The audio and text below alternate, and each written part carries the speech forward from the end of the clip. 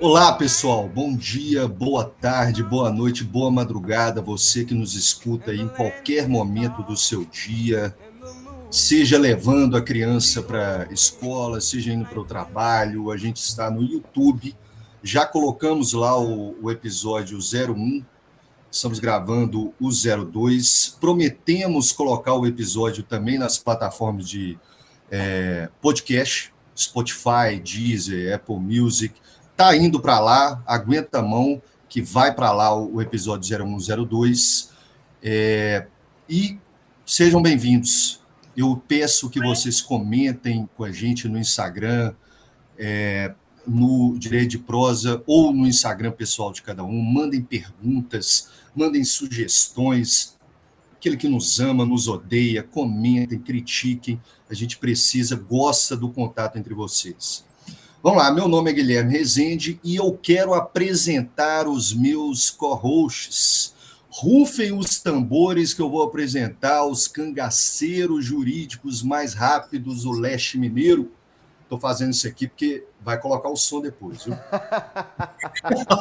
Diego Castro e Hélio Simini, como vão? Pois vamos bem, Dom Guilherme. É isso aí, cangaceiro das Alterosas, Dom Quixote do Vale do Aço. E por falar em Dom Quixote, esse mês faz 419 anos de Dom Quixote de Miguel de Cervantes. E vamos lá. E aí, Dom Diego, bom dia, boa tarde, boa noite. Boa tarde, boa noite a todos. Gui, prazer estar contigo. Elim, prazer estar contigo. A você que está nos escutando, muito obrigado, viu? A gente sabe que o tempo é muito precioso e se você tira um tempinho para nos ouvir, ainda que fazendo outra coisa, a gente fica muito feliz por isso. Nós vamos bater um papo sem qualquer pretensão pedagógica, mas para levar notícias e debater temas relevantes / atuais do mundo jurídico. Ô, gente, alguém quer começar hoje? Gui, eu comecei da outra vez. Quer começar hoje, Gui? A minha notícia é um pouco pesada. Vocês querem começar com pesado e vai ficando leve? Pé na porta. A minha é leve, a minha é tranquila. Vamos lá. Vamos lá. É só pontuando para a galera que é o seguinte, nós estamos gravando na virada, agora em fevereiro, antes do carnaval ainda. O carnaval não começou, só para pontuar temporalmente a galera. Então, a notícia que eu trouxe, que me chocou bastante, vou falar do aspecto factual e depois eu vejo os comentários. O aspecto factual é a CPI no município de São Paulo contra o padre Júlio Lancelotti. Para falar a verdade, isso foi protocolado em dezembro do ano passado, na última legislatura. Na verdade, a legislatura vai terminar ainda esse ano, pelo Rubinho Nunes, que é um vereador do União Brasil. Ele veio do movimento. Ele é advogado também, tem um conhecimento jurídico, fala bem, enfim. Ele protocolou uma CPI para investigar. Aí não é uma pessoa, eu vou falar um pouco de CPI, não é uma pessoa particular do Padre Júlio, é apenas ONGs que atuam na região da Cracolândia. Mas aí foi apenas uma escusa, vamos dizer assim, porque ele no púlpito ele pegou a figura do Padre Júlio Lancelotti e teceu comentários muito inapropriados, vamos dizer assim, em cima do padre, falando que ele era de ONGs esquerdistas, que ele estava ali para aparecer politicamente, enfim. O padre Júlio, porventura, por sua vez, ele respondeu que a CPI era legítima, mas que ele não tinha nenhuma ligação com ONGs e pegando dinheiro de prefeitura nem nada. Bem, antes de eu tecer comentários, eu queria falar um pouco disso aí. Algumas pessoas me perguntaram, a CPI é legítima mesmo, o padre fez questão, todo mundo, CPI é o assunto do momento no governo anterior e nesse, toda hora surge uma CPI. O que é essa figura? A gente vê muito no aspecto federal, em âmbito federal, mas a CPI em âmbito federal ela pode ser bicameral, que tem a Câmara dos Deputados e o Senado Federal, uma CPI, CPMI, né, uma CPI mista. O contrário se dá no âmbito municipal. O que acontece? Uma CPI ela é legítima. Eu acho assim maravilhoso, pessoal. Eu gosto mesmo do aspecto de CPI, porque eu acho muito democrático. E aí o pessoal acha que democracia é isso aí, né? Democracia é o direito da maioria achacando ou arrochando a minoria. E, na verdade, muito pelo contrário, a democracia é a participação de todos e a possibilidade até de uma minoria ter voz, ter o direito de influenciar uma decisão política. E aí a CPI ela é um direito legítimo de minoria. Ela é um direito da minoria fazer voz, fiscalizar as coisas que estão acontecendo. O que aconteceu? Então não foi o Rubinho Nunes somente que protocolou aquele pedido de CPI. Ele juntou 1/3 do Parlamento Municipal Paulista e fez esse protocolo.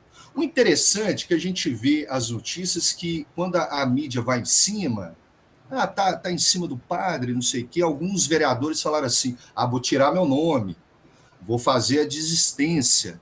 Mas a CPI, quando ela é protocolada, eu só preciso comprovar 1/3 dos membros na hora de protocolar. Depois, se tirar, já passou, já foi aprovado, etc. Até o presente momento, a CPI não foi instaurada ainda. Tem que respeitar um regimento interno da Câmara de São Paulo, mas ela foi protocolada com 1/3. A CPI é para um fato determinado ali a respeito da região da Cracolândia, que não é só em São Paulo, a gente tem na nossa cidade também, em todas as cidades. Isso aí é tema até para a gente discutir política de drogas, enfim, como que funciona política de segurança pública. Isso é sério infelizmente, em qualquer cidade do Brasil. Mas, dito isso, de CPI ser legítima, e eu concordo com o padre, a CPI é legítima, ela foi montada, foi criada, cumprindo todos os requisitos. Eu tenho que dizer o seguinte, eu fico preocupado é um eufemismo, eu acho que eu fico puto mesmo de ver o tio Adolfo, eu vou chamar de tio Adolfo, todo mundo tem um tio Adolfo em casa que fica sentado no sofá vendo o Ivo Holanda, não sei nem se o Ivo Holanda está fazendo pegadinha ainda, no Silvio Santos, fica lá recebendo pelo Instagram, Facebook, WhatsApp, e aí falando, lá, denúncia contra o padre está lá se aproveitando politicamente, e o tio Adolfo não faz porcaria nenhuma, só fica criticando, falando e não atuando. Eu não tenho nenhum humor de amor pela Igreja Católica, não é por ele ser padre, mas pelo menos é uma pessoa que age, gente, e agir politicamente é isso aí. Não quer dizer que ele não possa ser fiscalizado, não possa ser investigado, mas é um inquérito policial. Nenhum inquérito policial começa com uma denúncia anônima ou aquelas testemunhas de ouvir dizer. Você precisa fazer uma sindicância, precisa ter um mínimo de embasamento fático para você falar que o padre Júlio é isso ou aquilo. Surgiram vídeos de fake news, ou ele de pedofilia. A gente vê esse negócio de pedofilia, vimos a Taylor Swift, que veio aqui no Brasil, fizeram a montagem, inclusive eu vi, a montagem é excelente, ela é perfeita, a montagem dela. O Zé Biden nos Estados Unidos agora, né, reportaram a voz dele. Então, assim, a gente precisa tomar cuidado com o tio Adolfo, que fica espalhando essas fake news, tentando, não faz nada. E, infelizmente, a internet dá voz a esse tipo de pessoa que espalha sem ter qualquer embasamento fático e já, eles falam a cultura do cancelamento, né? E já começa a bater numa pessoa que até então a gente não vê nenhuma progressão patrimonial, a gente não vê ele se promovendo financeiramente, e o que ele faz ali, o que nós fazemos... Eu vou pegar a palavra do Rubem Alves, que fala fazer política é cuidar do jardim público. É o jardim de todos. Uma pessoa que está ali, olhando os miseráveis, olhando aqueles que estão drogados, que não é apenas drogados, mas não é apenas drogas ilícitas, mas também drogas lícitas, abandonados, que mexem com álcool, por exemplo. Então, assim... A CPI, ela respeita o aspecto legal? Respeita, beleza, ela foi montada com esses requisitos todos, mas ela não cumpre a gente tem que ter uma teoria de justiça no direito. E ela, para perseguir o privado, por que a gente viu também uma notícia de um famoso bombado aí, eu acho que ele é médico, um bombado que houve uma investigação da Polícia Federal, que comprovou uma ligação da empresa dele de química, farmacêutica e vendas ali na Cracolândia. O aspecto econômico financeiro aí, porque ali rola dinheiro mesmo. Então, assim, eu não vi nenhum movimento a esse respeito, embora nós tenhamos já algumas comprovações. Então, para mim, gente, eu trouxe essa notícia para um momento de desabafo mesmo, que eu fiquei puto com um negócio desse, com o tio Adolfo.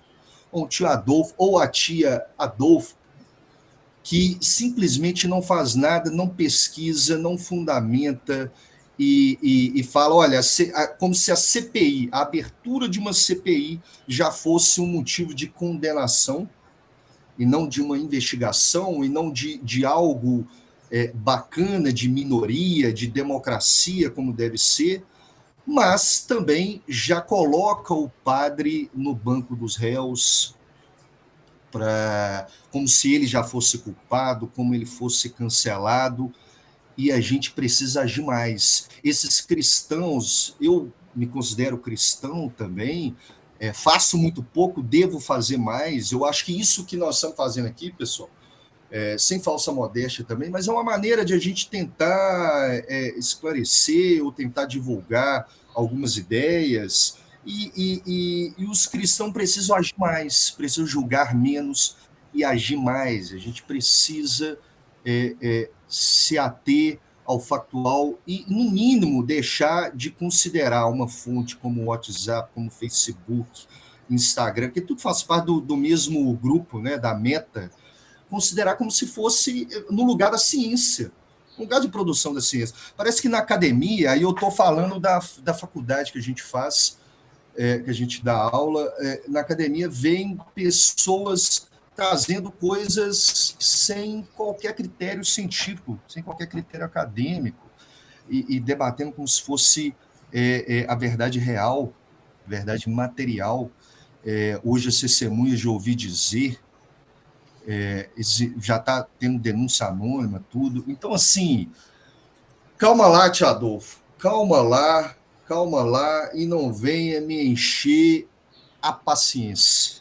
Essa é a notícia que eu trouxe aí para você. Não sei se vocês acompanharam isso, ou concordam ou discordam também, né? Vou deixar o Elinho falar primeiro, que eu estou fazendo até as anotações aqui para organizar o raciocínio. O Elinho, você está por dentro dessa circunstância do Lancelotti? É Padre Júlio Lancelotti.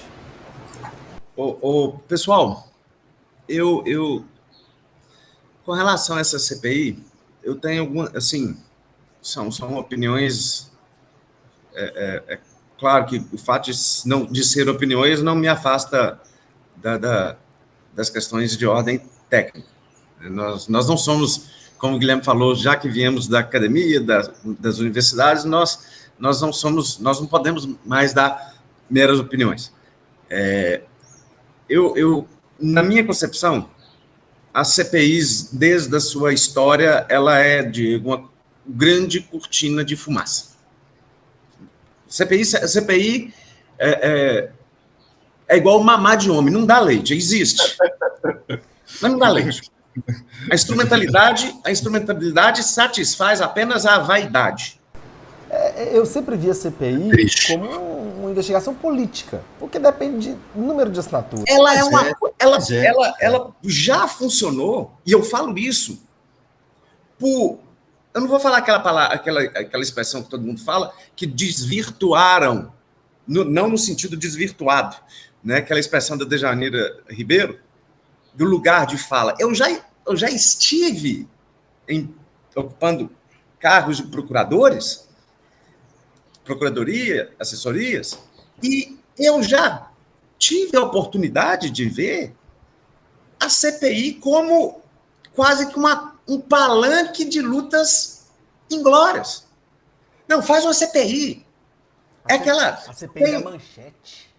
Se eu tenho, de um lado, uma legislação simbólica, eu tenho, do outro lado, a CPI funcionando, por vezes, como simbolismo. Porque, segundo a lei lá 1579, a lei federal, que é a que rege a CPI, né, com um espectro maior, qual é a consequência de uma CPI?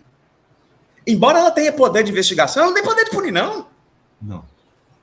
E você sabe o que faz, a covardia que faz os regimentos do poder legislativo, Guilherme? Eles costumam, na hora que você falou, e falou acertadamente, a CPI é uma manifestação de poder de uma minoria. O legislador constituinte, desde a Guerra do Paraguai, foi o momento que as primeiras CPIs no Brasil, o legislador constituinte ele colocou nas constituições o seguinte: estabelecido, feito o requerimento por 1/3, cria-se uma CPI. Não estabelece ali uma discricionariedade, inclusive para o legislador do regimento interno. E tem regimento interno, Diego, que limita na Casa Legislativa o número de CPI.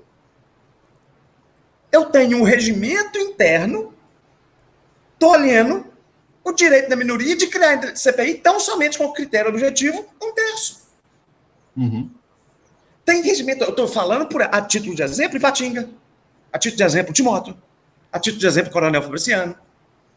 Eu já vi, em uma cidade muito próxima de nós, a verdadeira CPI, que estava apurando os verdadeiros fatos, não poder ser instaurada, porque criaram-se mais 2 CPIs, inteirou a terceira, não podia instaurar a quarta, que era, como se diz, a CPI pegadora.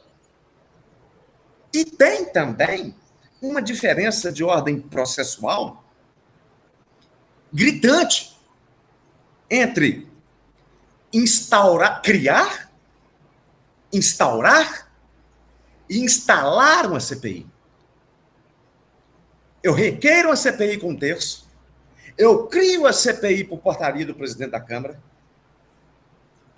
ocasião em que eu instauro uma CPI, instaurada a CPI, eu instalo uma CPI no momento que eu escolho os seus membros.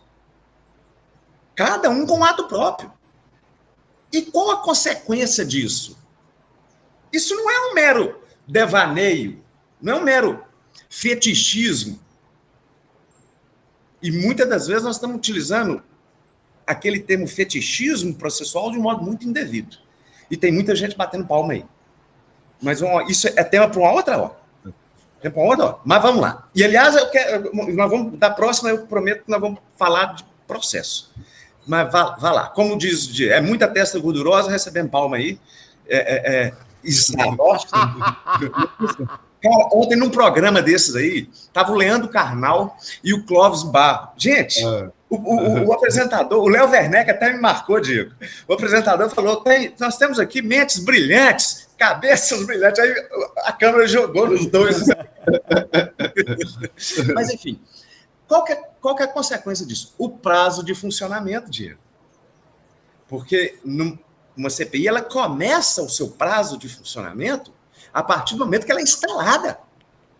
Porque antes disso ela não pode começar a trabalhar, ela não tem presidente, ela não tem relator, ela não dá início aos trabalhos de investigação. E mais uma vez, e daí? Aí daí que, a depender do tempo que ela começar, ela não pode passar de uma sessão legislativa para outra sem consulta ao plenário. Está lá na lei federal. Então, tem determinado. Mas que tanto de detalhe. Aí a pessoa ainda tem a coragem, eu vou falar isso, de chegar e falar assim, mas o direito administrativo é muito difícil. Existe outro nome para azar, cara. Existem outros nomes para falta de oportunidade. Olha, com pouquinho tempo nós já falamos, a começar pelo Guilherme, nós já falamos um tantão de detalhe que reflete uma não saturação de um mercado de administrativistas. A pessoa, não, o direito administrativo é chato, é ruim. Mas aí, retornando agora, estabelecidas essas questões processuais, eu já encerro em 2 minutos, a opinião factual que eu tenho, li, inclusive, o requerimento, ele está tênue, aliás, fraco, xoxo, capenga, quanto aos fatos. Eles nem são tão determinados como se imagina, como se pretende. E eu acredito, sim, que essa CPI, na forma regimental da Câmara, ela está para encobrir outros fatos de maior importância. Eu não acredito em nada, em um final, nem é de ordem política, não. Porque se for de ordem política, eu não sei o final. Mas se for olhar a opinião de ordem fáctica, eu não vejo um final que não seja um relatório pela inexistência, pela insubsistência, não é nem de ausência de prova, Diego.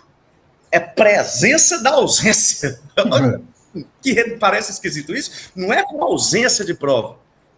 É uma presença. Não é aquela absolvição do 386, inciso 4, que não é nem dia nem noite, o Estado não pode punir por indúbio pro réu. Não é nem isso. Eu acho que ela vai ficar provado que os fatos praticados não constituem nenhuma ilegalidade. Comprovadamente sem prova, né? Mas é a presença da ausência. Eu achei interessante porque vocês começaram falando o seguinte: a CPI hoje foi desvirtuada, mas o Hélio até falou, olha, teve uma CPI que ia ser instaurada, que ia investigar os fatos mesmo e foi impedida por um regimento interno. Então, assim, é um instrumento legítimo, mas que é desvirtuado, infelizmente. Muito. E se não tiver quem conhece de direito administrativo e de direito constitucional e de processo, ficamos falando, vamos salvar o mundo, o processo tem que ser justo, abaixa o fetichismo processual, aí abaixa a formalidade do processo. Aí vamos lá, aí a pessoa não sabe sequer que contra esse abuso existe o instrumento do mandado de segurança, Diego. Epa, peraí. Um regimento interno, ferir de morte, uma expressão clichê, né? O regimento interno desobedecer uma Constituição Federal, uma lei federal, é um abuso e uma ilegalidade que é atacada por mandado de segurança, que para os ouvintes que não são da área do direito, é um tipo de ação quando acontece alguma coisa muito grave e estão ferindo a lei, estão ferindo a Constituição. Mais ou menos isso. Diego, é contigo. Gente, eu estou escutando, e eu deixei o Hélio falar primeiro, principalmente porque ele é professor de administrativo, ele é constitucionalista, ele é administrativista, ele tem ampla atuação em câmaras municipais. Eu queria ouvir essa aula do Hélio, porque eu sabia que... Eu diria o seguinte, isso aqui é um bate-papo, mas o que o Hélio falou serve até para quem está fazendo concurso público. O que me chama a atenção disso é o seguinte, eu acho que nós trouxemos comentários muito interessantes, que as CPIs estão sendo utilizadas politicamente. Só um ponto inicial, eu não estou absolvendo e nem condenando o padre Júlio Lancelotti. O que nós estamos falando aqui é sobre a utilização política ou o desvirtuamento da utilização das CPIs. Ponto. O que me preocupa nós concluímos que em um dado momento aqui, a nossa impressão é de que essa CPI vai comprovar a inocência dele. Talvez seja esse um consenso entre nós três aqui. Mas sabe qual é o problema, gente? Até comprovar a inocência, caso ela seja efetivamente comprovada, vocês conseguem mensurar o número de cortes de internet de políticos falando que ele está sendo investigado, CPI contra o padre, que o padre fez isso, que o padre fez aquilo. Os danos estarão feitos e, no meu ponto de vista, para uma parcela da sociedade, eles são imensuráveis e eles são também irrecuperáveis. Ainda bem que ele é padre, né? Que até mais perto do céu, tadinho. Porque eu também E é o seguinte, aí a gente tem que pensar, o Hélio trouxe as questões processuais e essa questão do Júlio Lancelotti, eu não vou dizer que ela me incomoda, mas ela me causa certo estranhamento. Porque quem que é o Júlio Lancelotti? Ele é um padre, tem 75 anos de idade, se não me falha a memória, e ele trabalha muito... Eu conheci uma palavra através do padre Júlio Lancelotti, que ele combate a aporofobia, que ele combate a aversão ao pobre. Ele começou a perceber, e uma das grandes lutas, foi quando eu tomei conhecimento de quem era Júlio Lancelotti, era o combate dele contra a arquitetura hostil nas cidades. O que acontece? Virou lei, né? Virou lei. Na verdade, virou lei em 2022. Em 2022 fizeram a lei, foi regulamentada em 2023, que é a lei Padre Júlio Lancelotti, eu até anotei aqui, é a lei 14.489 de 22, e essa lei ela alterou o Estatuto das Cidades para vedar a arquitetura hostil nos ambientes urbanos. O que é arquitetura hostil? Muitas cidades, comerciantes, enfim, pessoas do meio urbano começaram a realizar detalhes em suas construções para evitar o abrigamento e o acolhimento de pessoas em situação de rua. É quando se coloca muitas pedras debaixo de um viaduto, é quando se coloca fincos ou detalhes... Ofendículas que impeçam que o sujeito deite, por exemplo, em um banco de ponto de ônibus. E o Júlio Lancelotti sempre combateu isso. E me chamou, ele tem um trabalho muito robusto na Cracolândia. Eu comecei a perceber, e aí eu confesso para vocês que eu nem procurei saber os motivos, mas ele recebe muitos ataques de um espectro. E é isso que a gente está falando, que o Guilherme falou que o tema dele é pesado, e é pesado. Porque nós estamos nos posicionando, e é um ponto importante, nós podemos estar errados. Pode ser que descubram algo em relação ao padre Júlio Lancelotti. A minha impressão inicial é de que há uma perseguição política, o que eu não posso garantir que seja exclusivamente uma perseguição. Daqui a 1 ano, 2 anos, daqui a meses, podem surgir provas que demonstrem, o Júlio Lancelotti estava errado. Mas a priori, numa análise mais rasa, me aparenta ser uma perseguição simplesmente por ele ter uma atuação muito forte em relação aos direitos humanos, ao combate à aporofobia, a essa questão de combater a arquitetura hostil.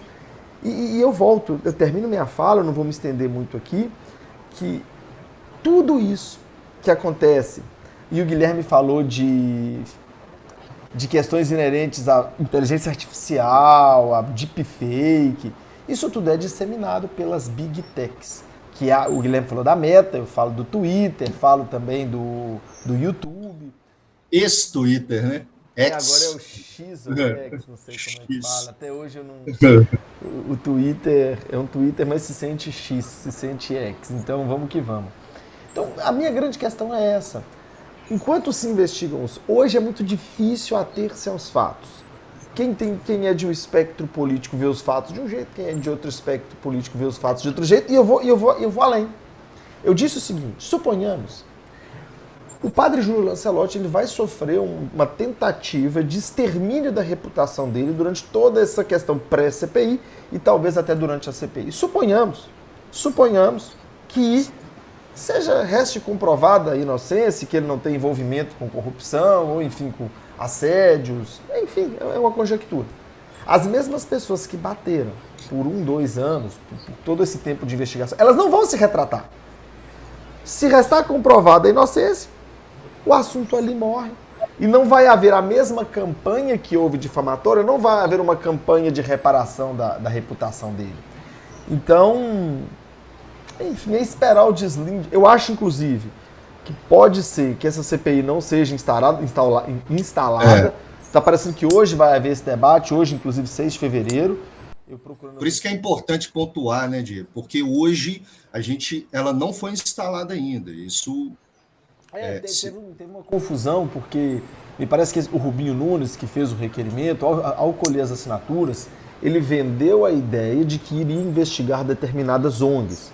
Quando ele obteve o número de assinaturas necessárias, aí ele começou a propagar que abriria... Como eu falei da inconstância desses fatos determinados, mas isso acontece demais na literal arena política. E não é de agora, não é do Brasil. Não, isso ocorre mais. Assina aqui, aí ao final vai... Não é à toa que existe comissões de redação final nas casas legislativas, porque ela tem que ser aprovada. Opa, é isso aí que eu assinei? Tem que ler, né? É isso aí mesmo? Não é isso não. Não aprovo, não. Existe um porquê de todas as coisas que a gente, às vezes, abrimos a boca, como diz a Adélia Prado, sem saber o que está dentro do coração, né? Às vezes a gente acha que é excesso de formalismo, mas não é não. Uma comissão de redação final séria, ela afasta um tantão de coisa, inclusive ilegalidades e inconstitucionalidades formais, inclusive. Lá em São Paulo, isso aconteceu de forma expressa com o vereador o Tami Gretchen.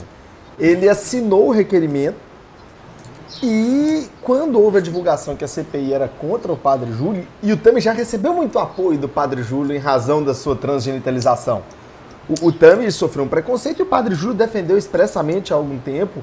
E aí o Tami ficou muito surpreso porque ele disse, olha, quando o Rubinho veio aqui pedir assinatura no meu gabinete, ele falou, nós vamos investigar as ONGs. E aí quando conseguiu, ele divulgou que a investigação era contra o Júlio Lancelotti. Então, meu Diego, um simples trabalho de leitura, pessoas vê, ele não assina cheque em branco, né? Guilherme, o pessoal tem que todo mundo tem a compreensão jurídica que você tem, Guilherme. Não é jurídica, Diego. Eu falo assim, assim como ele, eu já assessorei também em Câmara e tal. Um simples trabalho de leitura, você tem que ler ali o projeto de lei. E no mesmo tempo, aliás, o Guilherme vai lembrar da questão da redação final e da importância dela. Nós tivemos na nossa cidade quase um prefeito cassado por quebra de decoro no regimento interno, que é sério, sob uma alegação de que ele tinha... alegação, porque não foi à frente, porque ele tinha usurpado texto de redação final de lei. Verdade. E a gente está falando aqui sem entrar em mérito nenhum, mas eu estou falando que formalmente é possível. Daí porque a importância da comissão de redação final. Ô, gente, tem pano para manga nesse tema. Vocês querem passar para o próximo? Vamos passar para o próximo, embora coce aqui para falar, mas o tempo urge. Vamos para o próximo. Eu vou trazer o meu tema e o que acontece? Essa semana, o STF, na verdade não nessa semana, mas no final da semana passada, o STF proferiu uma decisão espetacular, com repercussão geral e muito importante. É uma decisão que eu tenho certeza absoluta vai repercutir nos concursos públicos, vai repercutir na prática diária. E o interessante é que é uma decisão que tem... Porque a gente fala de CPI, a CPI ela não atinge 99% da população. Quem participa e quem é investigado é uma parcela ínfima da população. Isso que eu vou falar interfere na vida das pessoas, das famílias. O que acontece? Nós temos no Código Civil a chamada separação obrigatória de bens, que é prevista lá no artigo 1641 do Código. E uma das hipóteses em que o Código Civil obrigava as pessoas a adotarem esse regime da separação obrigatória é quando um dos cônjuges ou companheiros, ou ambos, possuem mais de 70 anos. Ou seja, a pessoa quer se casar ou quer constituir união estável, pela redação literal do Código Civil, se essa pessoa tiver mais de 70 anos, ela não pode escolher o regime de bens. Ela é obrigada a se casar pela separação obrigatória. É uma separação que ela já é relativizada jurisprudencialmente, mas ainda assim tem efeitos práticos concretos, como, por exemplo, a pessoa que sobrevive em caso de morte não é herdeira da outra. Ponto. É uma exceção feita pelo Código Civil. E é interessante que a redação literal, ela é assim até hoje. Só que semana passada, o que o STF disse? Olha, decisão com repercussão geral. A separação obrigatória para os maiores de 70 anos, ela não é mais obrigatória. Essas pessoas que quiserem se casar ou constituir união estável com mais de 70 anos podem afastar esse regime por escritura pública e escolher o regime de bens sob a égide do qual querem se casar. Ou seja, se um sujeito de 70 anos quiser se casar com uma novinha de 20, ou uma senhora de 70 anos quiser se casar com um rapaz jovem de 30, ou se duas pessoas idosas quiserem se casar com mais de 70 anos, elas podem afastar essa separação obrigatória e optar pelo regime de bens que quiserem. Eu vou ler o trecho do próprio resultado do STF, ele é bem sucinto. Esse informe é do STF, a gente até disponibiliza depois. O STF definiu que o regime de separação de bens nos casamentos de uniões estáveis, envolvendo pessoas com mais de 70 anos, não é obrigatório. Por unanimidade, os ministros entenderam que a obrigatoriedade ainda prevista no Código Civil desrespeita o direito de escolha das pessoas idosas. O colegiado considerou que, caso a pessoa com mais de 70 anos queira se casar ou fazer união estável em outro regime, como comunhão de bens, por exemplo, é necessário manifestar esse desejo por meio de escritura pública firmada em cartório. Também ficou definido que pessoas acima dessa idade, atualmente casadas ou em união estável, podem alterar o regime legal, mas para isso é necessária autorização judicial no caso de casamento ou manifestação em escritura pública em caso de união estável. Nesses casos, a alteração produzirá efeitos em relação à divisão do patrimônio apenas para o futuro. O caso tem repercussão geral, ou seja, a decisão será aplicada para todos os processos semelhantes que estejam em andamento nas demais instâncias da Justiça, e é o tema 1236 do STF. Quer comentar, Gui? Ô Diego, eu ainda continuo coçando a goela aqui.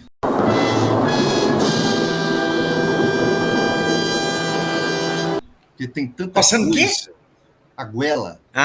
Que é isso, Moreno? Você não é assim. Você calma, Moreno. A dicção tá ruim, mas foi a goela. Mas dá vontade de falar muito sobre isso. Eu entendi coçando a ruela. Não. Não é. Eu esqueci de comentar. Não tem nada a ver com a ruela. Sabe por quê? Eu esqueci de comentar, gente. Só fazer um parêntese aqui. Um parêntese. Vai, Coçador. Mas... Faça seu parêntese aí, Coçador. O Hélio falou de ruela, eu lembrei disso. Esqueci de comentar, gente. Mas estamos na semana pós-clássico, e aí um beijo para o Diego, um beijo azul, sabe? Um beijo azul. Fecha o parênteses com o tema é importante, porque é o seguinte, o direito de família modificou tanto, é por isso que o direito varia mesmo no espaço e no tempo, né? A mulher era considerada incapaz antes do código anterior, de 16, ela não podia votar até quase metade do século XX, ali, mais ou menos em 34, enfim, não podia divorciar, né? Não tinha o divórcio até pouco tempo. Assim, o direito de família era conhecido somente a família natural, consanguínea. A gente tem um artigo no Código Civil que fala a família civil, ou seja, a não natural consanguínea, né? A de outra origem, que pode ser até unipessoal, aquela pessoa viúva ou solteira. Então, o direito de família varia tanto, exatamente para a gente chegar numa teoria de justiça mesmo, chegar no que é realidade. Eu fico pensando assim, o porquê, o fundamento da separação legal, porque há o regime, aí a galera, o regime de separação convencional, essa sim, absoluta, ou seja, a pessoa escolhe mesmo a separação, mas e o separação legal, que era uma imposição legal de um idoso, antigamente era 60 anos, agora 70, a partir de ali de 2010, salvo engano. Em 2010 também veio uma emenda tirando a culpa no divórcio. Gente, não tinha nada pior do que falar, me traiu, colocar isso nas petições, a gente ter que ler isso, expor a vida, a intimidade da pessoa. Então isso foi uma outra revolução que eu considero. O primeiro episódio, o Diego falou da reforma do Código Civil, talvez essa seja um ponto que vá ser reformado no Código Civil, que é o da separação legal. Porque é o seguinte, se um idoso hoje de 70 anos tiver com um novinho ou com uma novinha e tiver o dolo de aproveitamento, o Hélio falou que haja o dolo de aproveitamento, que coisa legal. Que coisa legal da ruela, aproveitem a ruela. O dolo de aproveitamento tem que ter e o Estado não pode interferir nisso.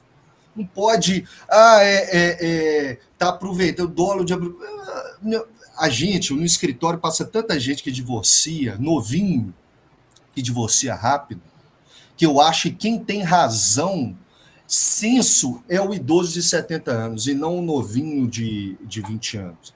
Então, assim, eu achei muito boa, não achei que o STF promoveu, aí um ponto polêmico, né? Foi um ativismo exacerbado do STF. Acho que houve uma interpretação sistêmica mesmo do ordenamento jurídico, ao falar da dignidade da pessoa humana, ao considerar... Hoje, com a mudança no Estatuto dos Deficientes em 2015, o deficiente, inclusive mental, deixou de ser absolutamente incapaz. Deixou de ser. Ele é relativamente incapaz. Ah, mas o idoso de 70 anos, em plena condição, ele é incapaz de decidir? Ele é obrigado a ficar na separação legal? É imposto isso? Não, assim, então eu achei devido, e termino a minha fala, eu não sei se já ouviram falar do poeta Roberto Gomes Bolanhos, que falava assim, se você é jovem ainda, amanhã velho será,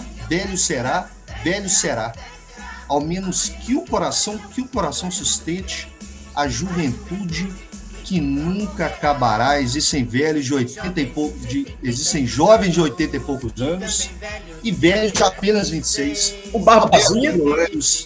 Roberto Bolanhos. O Barbosinha. Isso aí dá conta. Mandar um abraço.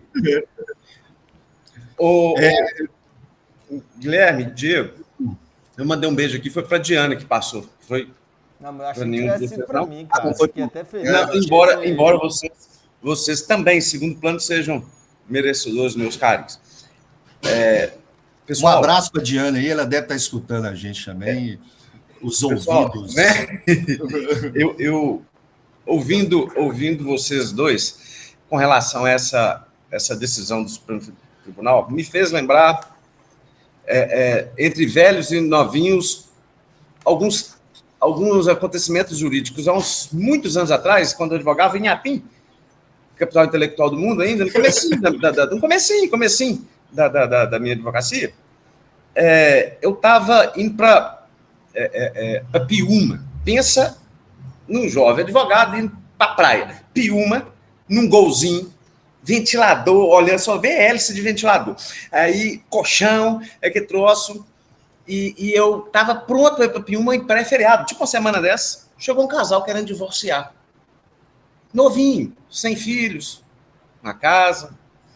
E eu, doido para ir, cara, eu já estava indo para a praia. Eu fui lá, atendi, falei assim, vamos fazer o seguinte, vocês vão para casa, pensa direitinho, porque o juiz vai perguntar isso mesmo, a lista dos documentos está aqui, semana que vem vocês voltam. E acabou que eles não voltaram, e um belo dia a minha sócia chegou e falou assim, tem um senhor aqui na porta, querendo falar com você, não quis entrar não, eu falei, tá. É aquele momento de escritório que você não tem cliente direito, então você fica sabendo quem é, né? Você não sabe. Chegou o sujeito, o Guilherme perguntou assim, o senhor, que é o Hélio? Sim, sou. O senhor é padre? Não. Gostou? Não. Você não gosta de dinheiro, então, não, né? Gosto. Então, quando a pessoa vier aqui no seu escritório para divorciar, você tem que divorciar, você não tem que dar conselho, não. Era o pai da moça que estava doido para divorciar, e essa divorciar. Rapaz, eu sou danado para aconselhar divorciantes no escritório para evitar começar o serviço e ter que abortar. E na hora que o Guilherme falou do Twitter, que agora é X ou X, a minha avó paterna ela tinha um carrinho de hambúrguer depois que aposentou e não sabia escrever mal o português, que dirá inglês entender. E uma vez construiu o cardápio dela. Ali no bairro Novo Cruzeiro, construiu o cardápio dela. Quem construiu foi o meu tio, que tinha morado nos Estados Unidos na década de 90 e veio todo mitidão, que não sei o que, construiu o cardápio. Chegou um sujeito uma vez e falou assim, Dona Luzia, me dá aqui olhando o cardápio, me dá um ex-burger, bacon, plus gold, master, tudo. Ela olhou, o quê? Ex-burger, plus gold, master, bacon, tudo. Ela fez aquilo que ela imaginava. E o camarada abriu aquilo, Diego, olhou e falou assim, Dona Luzia, grossa, igual papel de embrulhar prego, olhou, isso aqui não é o meu X, egg, bacon, master, burger, tudo, não. Aí ela olhou pro camarada e falou assim, o meu é assim. Se você quiser. Então, o meu é assim. Pois muito bem. Eu não vou, sobre esse tema que eu me proponho a conversar, eu não vou... embora vamos falar de um jeito leve, humorado, mas a gente tem sempre que repensar as nossas brincadeiras sobre isso, e eu e o Diego, e o Guilherme também já conversamos alguma vez sobre isso, porque uma pessoa, sobre a sexualidade, ela só poder ser representada por uma sigla e ali encontrar o lugar de pertencimento dela, não é fácil. Uma pessoa chegar para a gente num banco de hospital e chegar e falar assim, eu estou com uma dificuldade muito grande, porque eu sou gay, e não sei como falar para os meus familiares. Eu falei, não, então isso não é problema, isso não tem problema. E ali a gente passar por uma luta inglória pelo reconhecimento. E quando a gente fala de sexualidade e direito, em um primeiro momento fala, já vem o Hélio. O Diego, uma vez passou um aperto numa feira de ciência. Nossa senhora, Eu cheguei para um monte de aluno de segundo grau e falei assim, se vocês quiserem saber sobre sexo e direito, vocês fazem uma fila aí, nunca tiver 10 pessoas, eu vou explicar isso para vocês. E o Diego, meu coordenador, o Diego, pensa. Enfim, gente, se nós tirarmos isso do tabu, do misticismo... O tema é direito e sexualidade, né, Elinho? Olha o tanto de direito, sexualidade e relevância jurídica que eu passo a falar agora. Ora, direito sexual. Olha o que é que nós já falamos aqui de direito e sexualidade. Tami, Gretchen. Relacionamento sugar, porque na medida que o idoso, a idosa de 70 ou mais, em regime de repercussão geral, que vai seguir só porque contra os fatos não há argumento, não porque é repercussão geral, Diego, sob o ponto de vista processual. Porque os tribunais costumam fazer de tudo, menos obedecer tese de repercussão geral. Esse vai porque não tem como, é inexorável, é a dinâmica da vida. Mas o relacionamento suga é uma questão dentro da sexualidade, dentro da autonomia da vontade, dentro da transparência. Isso pode refletir, inclusive, em uma violência patrimonial. E eu não estou falando mal da decisão, não, a decisão foi muito acertada. Mas vocês já repararam que essa decisão pode, Diego, provocar a intransparência nos relacionamentos suga? Você já parou para imaginar isso? O relacionamento suga não está no âmbito do direito de família, a não ser que demonstre um afeto familiares. Agora pode mudar. E o direito ele vai regular, ele vai ter que passar a regular isso com o que já está pronto, que é a autonomia da vontade. Pois muito bem. O que nós temos a dizer sobre sexualidade e direito? Sexualidade, lembrar do sufixo dade. Substantivo, abstrato, modo de relacionar sem necessariamente ter um objeto. É uma sensação. Tudo que tem a ver com sexo entra nessa espécie, aliás, nesse gênero, sexualidade. E onde está a relevância disso para o direito? Quantas vezes nós falamos em não preconceito e em relação às questões de ordem sexual? Quantas vezes nós falamos em igualdade em questões de ordem sexual? Aí a gente vai lembrar do mais um administrativista e constitucionalista. O que é igualdade? O que nós imaginamos que é igualdade? Quem entregou isso para a gente foi Celso Antônio Bandeira de Mello lá na década de 70. Ele vai falar que a igualdade é coibir desequilíbrios injustificados, porque os desequilíbrios existem. Ninguém nasce igual. Nem perante a lei. Mas, mais objetivamente, sobre a sexualidade, nós temos 3 ou 4 vertentes que merecem ser destacadas e conceituadas aqui. Vamos começar do óbvio. No gênero sexualidade, nós temos o sexo como critério genético, morfológico. Depois, sexo, declaração de nascido vivo. Sexo. Depois, nós não estamos ainda na visão eros, do desejo, não do fetiche, do desejo. Eros foi um dos primeiros, são os deuses típicos e os deuses originários. Caos, Eros, Tártaro e Gaia. Antes de dar uma casada com Urano lá. Mas vai lá. Nós temos um critério extremamente, puramente biológico, sexo. Depois nós temos, partindo para as relações sociais, nós temos um troço que temos que diferenciar demais. Ideologia de gênero e perspectiva de gênero. Dentro, são espécies do gênero sexualidade. O que é a ideologia? A diferença entre ideologia de gênero e perspectiva de gênero.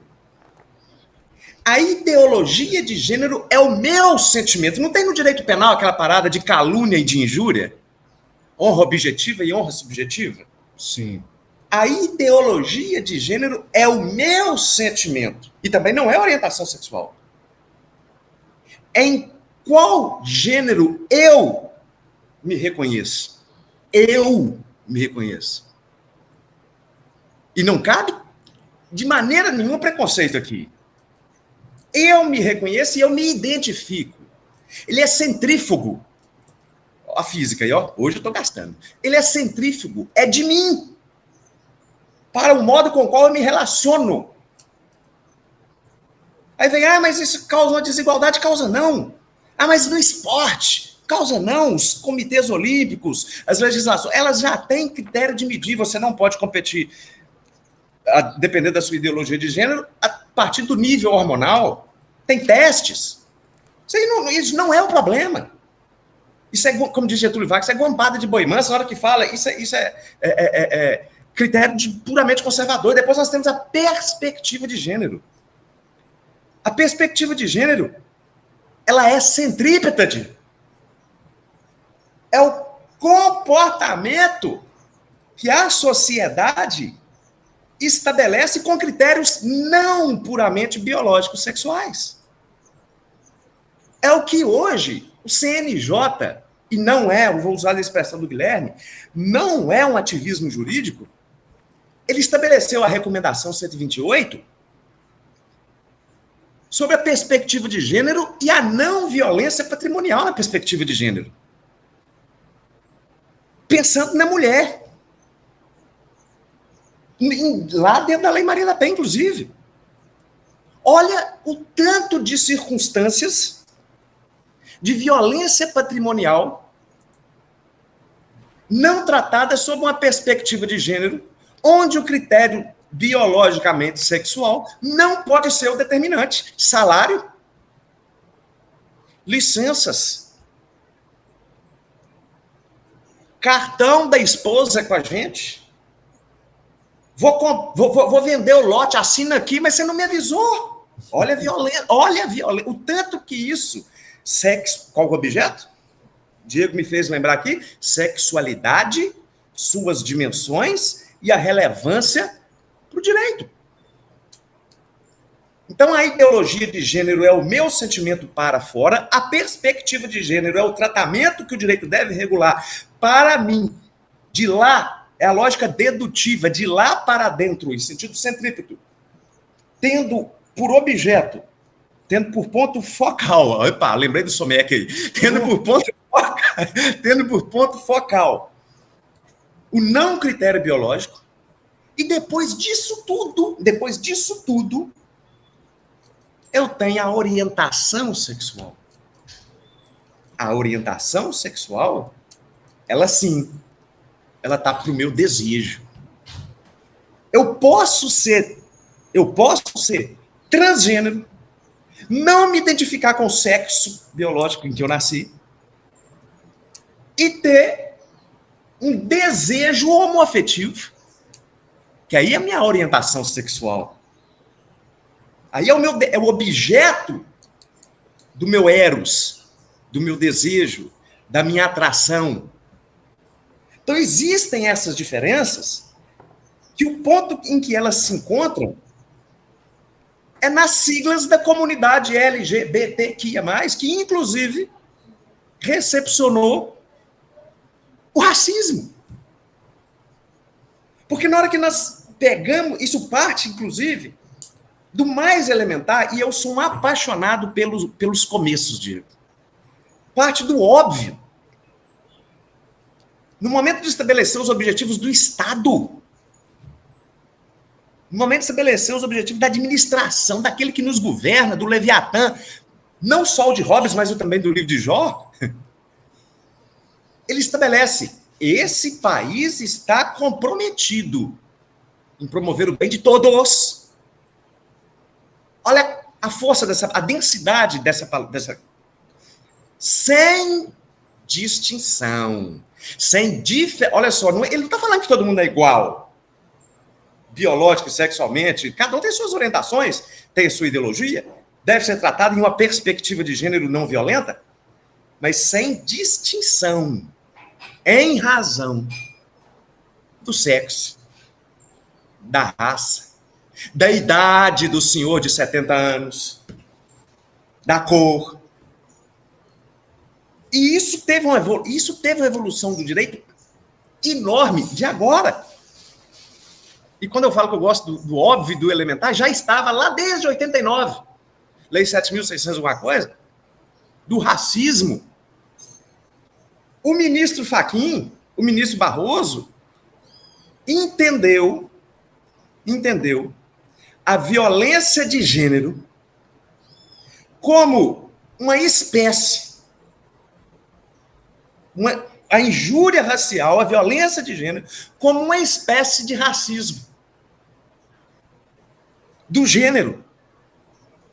E por que o Hélio está falando isso? Porque ao entender dessa forma, no mandado de injunção, recentemente julgado, mandado de injunção para os nossos televidentes também, que não são da área de direito, é outro troço que existe, é outra ação que existe para resguardar o poderzão da Constituição. O que os ministros, em embargos de declaração, embargo de declaração é um tipo de recurso, é um questionamento, falei, peraí, até onde vai essa perspectiva de gênero, essa não violência? Vamos enquadrar esse troço do racismo? É o que nós temos por agora? Porque aí, a título de crime, ele não prescreve. Olha a consequência de lá na Lei Maria da Penha já tem em relação à mulher. Agora, em relação à transfobia, em relação à homofobia, vamos trazer isso para o direito penal como racismo. Porque aí eu tenho, já por dispositivo constitucional, a imprescritibilidade. No momento em que Celso Bandeira de Mello vai falar, epa, vamos tratar com desigualdade de não criar, aliás, vamos tratar com igualdade de modo a não criar desequilíbrios injustificados. Mas o desequilíbrio justificado e a interpretação da teoria dos equivalentes, o que é a teoria dos equivalentes? É aquela coisa de um sujeito que veio no mundo, Alex, e fala, vamos ponderar isso aqui. Vamos observar mais com o mínimo de restrição na letra da lei. E o direito evoluiu pra caramba, pelo que eu já passo para encerrar. Nós temos aí, falado hoje, vamos tirar daqui hoje, nós temos as cirurgias de transgenitalização, inclusive já incluídas nos protocolos de SUS, você que é da área milita muito na questão de direito de saúde, planos de saúde. Nós temos a questão do casamento, que a nossa geração nasceu sem conhecer, sem essa possibilidade. E todo mundo tinha um tio, uma tia, um conhecido com orientação sexual ou afetiva na família, quando éramos crianças, e ficava aquela coisa escondida. A nossa geração conheceu um salto absurdo na evolução desses grupos que só encontram numa letrinha o seu território simbólico de pertencimento. Território simbólico de pertencimento. Possibilidade de correção do nome, permissão para adotar, criminalização dessas condutas da transfobia, da homofobia. Então, com essas considerações, eu acredito muito que o tema sexualidade ele está sempre, não vou falar sempre atual, mas ele está sempre se construindo. E ele está sempre se construindo É cíclico, não é que ele está sempre inovando, não. Vai falar que a homoafetividade, olha há quanto tempo ele existe, olha há quantos, está quase junto com a humanidade, a violência patrimonial, a perspectiva de gênero, a ideologia de gênero. Pega os clássicos da literatura. Olha as 1001 Noites, Diego. Por questões de ordem sexual, um sultão traído matava todas as mulheres, castrava, anulava, olha o matar simbólico, matava todas as mulheres com as quais ele se relacionava, logo depois, satisfeito dos seus desejos, ele anulava. Até que chegou a Sherazade, e ó, passou um mel nas orelhas do sultão, a cada dia contava-lhe uma história e despertou, sobretudo, a curiosidade. E o tanto que a curiosidade nos leva. E o tanto que, aliás, um dos sinais, eu vejo isso no Manual de Cultura Inútil. 10 sinais que você é uma pessoa inteligente. Você já viu isso quando você está de madrugada sem dormir? 10 sinais que você é uma pessoa tóxica. Aí tá, um dos sinais que é uma pessoa é a curiosidade. O sultão era inteligente. Ele tinha curiosidade de saber a cada noite uma história e, ao final, ele já não queria mais matar a Sherazade, chamou o Grand Vizir, fizeram um festão, e, enfim, em se tratando de sexualidade, organizando direitinho, todo mundo é feliz, para não dizer outra coisa. Eu termino aqui essas minhas brevíssimas considerações, viu, Guilherme? Eu já imagino. Ele vai me devolver? Ô, Hélio, primeiramente, esse tema é lindo, assim. Viu que é leve? Não precisa ter medo, não. Eu vou, assim, começo citando o ex-PGR, Augusto Aras, que ele falou, democracia, eu te amo. Esse tema é lindo, assim, porque ele tem que ser tratado. Nós estamos num país que mais mata essa comunidade. E assim, mata. É um direito fundamental da nossa Constituição. A nossa Constituição, ela não pretende ser heteronormativa cisgêneros, né? Ela não é de uma comunidade cisgênero. Tanto que no artigo 3º da Constituição fala construir uma sociedade livre, justa e solidária. Então, por que a gente está matando essa comunidade? Porque não pertencemos? Que sentido faz isso? Sabe? Então, esse tema a gente tem que falar de forma constante, porque o Hélio citou alguns exemplos. A criação do cisgênero é uma criação social, isso não é natural. As pessoas tentam colocar uma norma como se fosse natural. É o sonho de toda norma, eu falo isso, Zalo. O sonho de toda norma jurídica é se tornar natural, porque aí ela é incontestada, como se fosse a lei da gravidade. Quem vai contestar a lei da gravidade? Então fala, olha, a família é homem e mulher. Isso é social, isso foi uma criação social na Grécia Antiga. Não era assim. Em Roma não era assim. Então, isso foi construção familiar, esse tipo de construção familiar é social. Os bárbaros não era assim, e a gente chama de bárbaro. Chama de bárbaro. Né? O povo evoluído, gente. Chama de...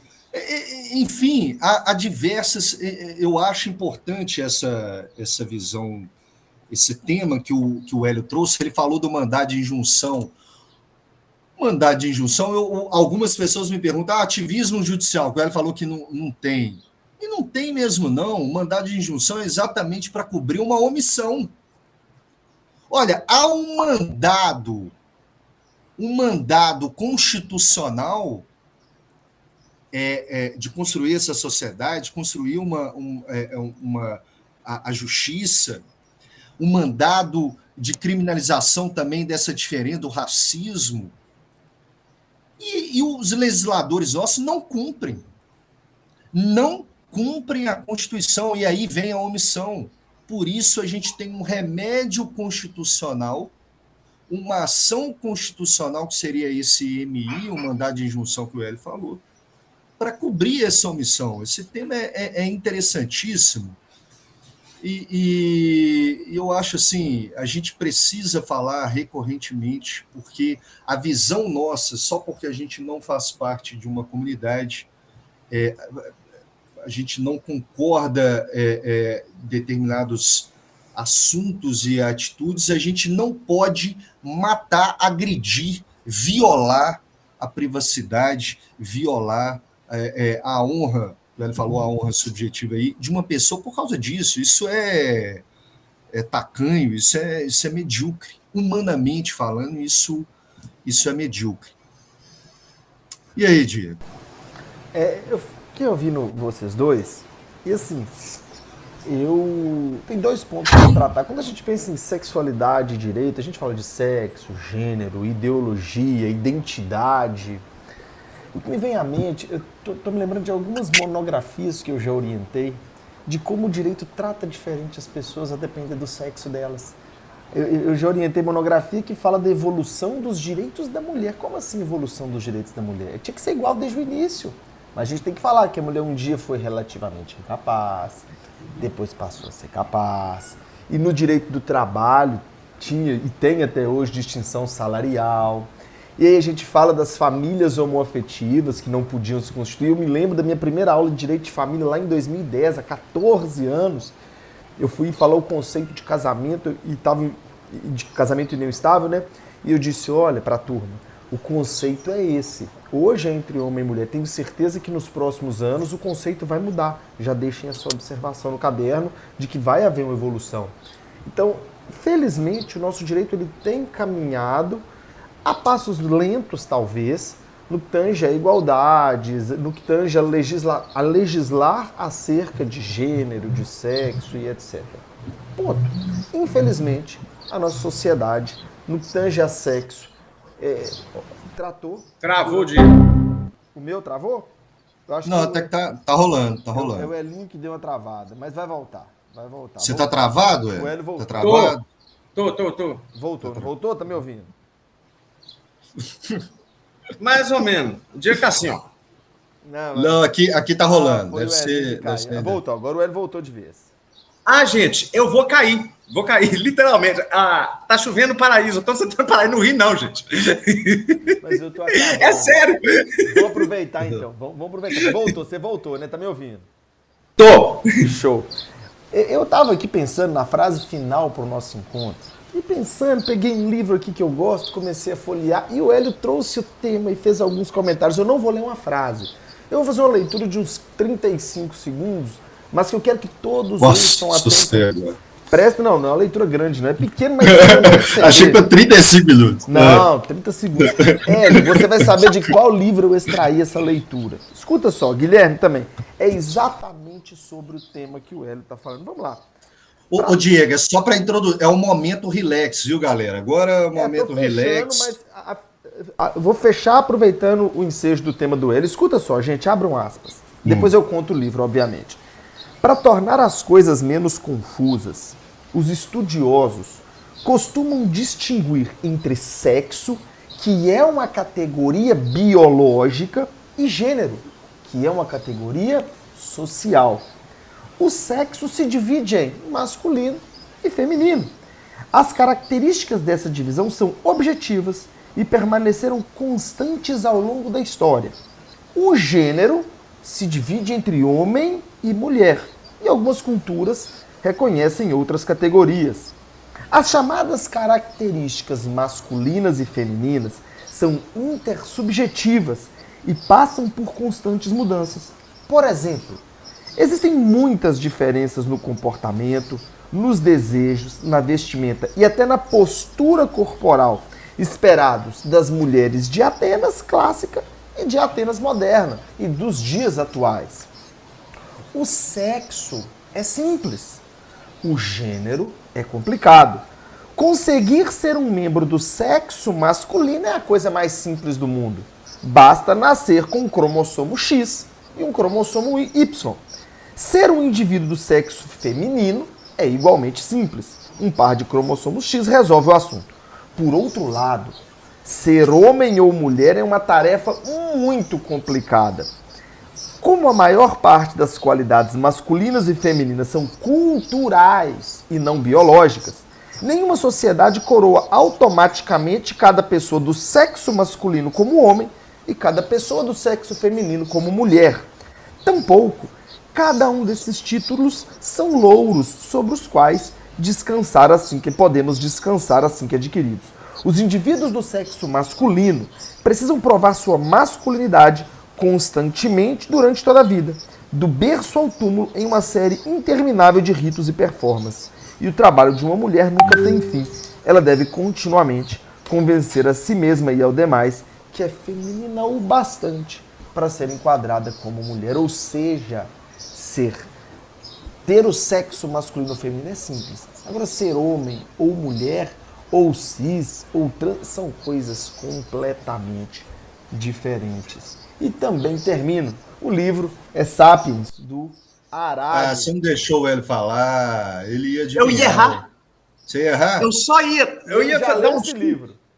Porque eu ia dar um chute, porque eu e o Diego temos alguns livros em comum. Esse, Carl Sagan, Antifrágil. Então, eu ia, se me desse 3 chances, ou 3 ou 11, talvez eu acertaria. Ô, Hélio, eu vou falar uma frase então e te dou chance de adivinhar. Ser um homem feminino não impede o meu lado masculino. Quem é? Dá maravilha. Passou perto. É o Pepeu Gomes, é a musiquinha do Pepeu Gomes. Pessoal, Sugestão de seriado. não movimento. Não para de ver Berlim, não, tá, Hélio? Continua. Não vou parar não, mas a minha internet tá caindo, hein? O final é Sugestão. espetacular. Eu só queria, antes que o Hélio caia, eu queria abrir 2 parênteses e falar, olha, para o Diego, toca 4, estamos juntos. Para o Hélio, dizem que Inhapim é o centro intelectual do mundo porque fica ao lado da grande Ubaporanga. Essa sim é a grande cidade. Ubaporanga está na região metropolitana de Inhapim. Com isso. A disputa é outra disputa, galera. Galera, muito obrigado. Beijo, você que aguentou até o final. Espero que vocês comentem, nos divulguem, compartilhem. Estamos juntos. Um beijo na nuca de todos e até breve. Valeu, galera. Um abraço. Amém.